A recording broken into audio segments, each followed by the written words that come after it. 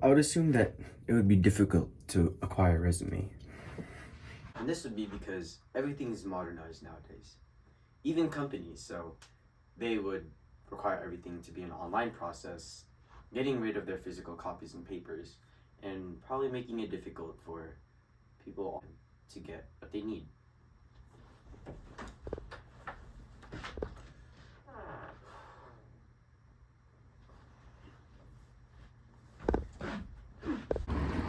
That's a good idea.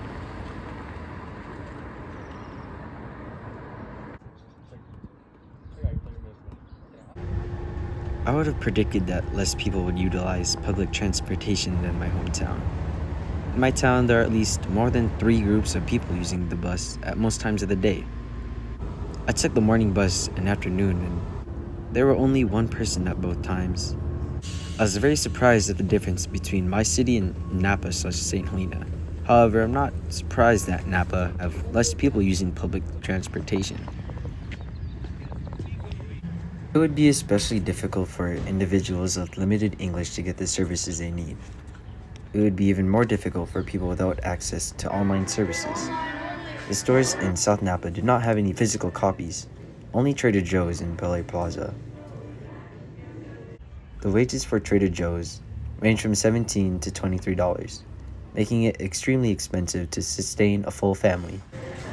The starting salary is approximately $35,000 and has a large difference between the salary and our family budget plan. To live sustainably with this salary, people might have to live frugally, purchasing generic brands, budgeting aggressively, buying only necessities, and working overtime. If I hadn't taken public transportation in my hometown, I would be confused and anxious. Buses offer clipper and cash purchase, but it might be difficult to navigate when and where to go, especially without any technological devices. I didn't have to worry about making sure I would get to bus stops at times, as I would have been able to use my phone to ensure that buses would arrive and depart at the expected times. Now approaching Washington Street and Mulberry Street South. According to uscensus.gov, Napa County consists primarily of white, then Hispanic, with a large marginal difference.